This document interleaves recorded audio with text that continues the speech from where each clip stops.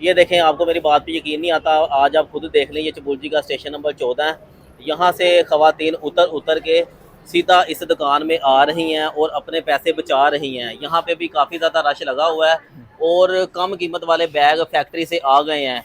200 रुपये में इनकी वैरायटी शुरू है और 1000 रुपये में, 800 रुपये में, 650 रुपये में भी बैग मिल जाता है और 1300 रुपये में 2 बैग भी मिल रहे हैं। अस्सलाम वालेकुम अमीर हमजा भाई। वालेकुम अस्सलाम सर कैसे हैं? सर, शुक्र अल्लाह पाक। सर ये स्टेशन से उतर के खवातीन डायरेक्ट आपके पास आ रही हैं, क्या ऑफरें लगाई हैं आपने? सर, इसकी एक बहुत बड़ी वजह है कि हमारे पास वो बैग्स हैं जो पाकिस्तान के मशहूर ब्रांड्स पे आपको जाके 3-3, 4-4 हज़ार रुपए के मिलते हैं, लेकिन हम वही बैग खुद बना के मैन्युफैक्चरिंग करके फैक्ट्री में फैक्ट्री आउटलेट बना के आप लोगों को सिंगल सिंगल बैग भी दे रहे हैं यहाँ पर आने पे।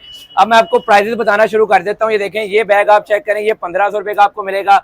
ये बैग आप चेक करें, ये 1650 में आपको मिलेगा। ये बैग आप देखें 1500 रुपये में आपको मिल जाएगा।